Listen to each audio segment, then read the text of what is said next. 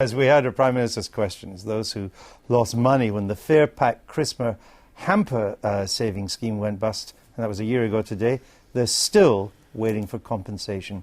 Yesterday they heard that they will only be receiving 5 pence for every pound that they've lost. But worse than that, a tiny amount, is the news that the investigation into the affair could last another year. Can't be that difficult. Giles Dilnot has been looking at what went wrong. Farepak was no fly-by-night scam. The Swindon-based company had been running a Christmas club and hamper business since 1968. It had 150,000 customers. They paid money on a monthly basis over the year. Then before Christmas would get vouchers redeemable at some of the UK's largest stores, or you could opt for hampers of food. The deal worked that Farepak would settle bills with the retailers after Christmas had passed, and customers could spread the Christmas bill over the year before without a New Year credit card hangover. Their demise was triggered early in 2006 by the failure of another voucher firm, which went bust, owing retailers £50 million. Suddenly, the high street stores wanted Farepak to pay money up front, no longer waiting till after the Christmas period for settlement. The change significantly altered the way the firm was run and how much money it needed to operate, and crucially, its levels of borrowing.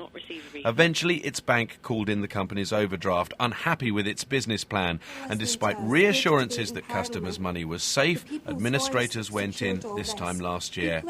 Farepak customers lost on average £400. Some of them lost as much as £2,000.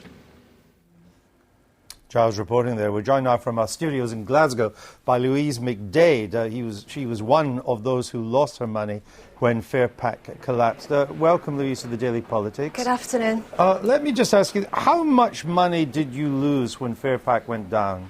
£400, but I was part of a club, and a club which consisted of pensioners, unemployed, and people like myself, low income. We lost £2,750. Which is a lot of money, particularly for people on low incomes. That's a lot of money.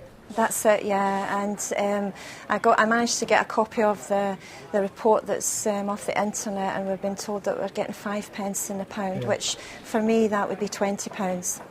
So out of the 400 you lost, through no fault of your own? No fault of my own. And you were doing the right thing, you were saving? I'll use a word that Gordon Brown uses frequently. We were being prudent, and I was saving on a monthly basis. It was a community base. My friend ran the club, and we were being prudent and saving for Christmas. Sure. And the most that you can get is £20 back? £20. And as I understand, you're going to have to wait for a while to get it. Well, I know that we're not getting it before Christmas, so and they're not telling us when exactly. But the point for me, Andrew, for being on this programme as well, is to urge government to do something about it. We're not going to get our money before Christmas.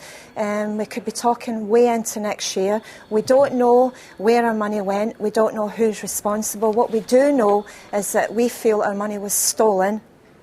Right, Louise, thank you for that. Well, the government is here in the shape of Caroline Flint. It's a terrible story, isn't it?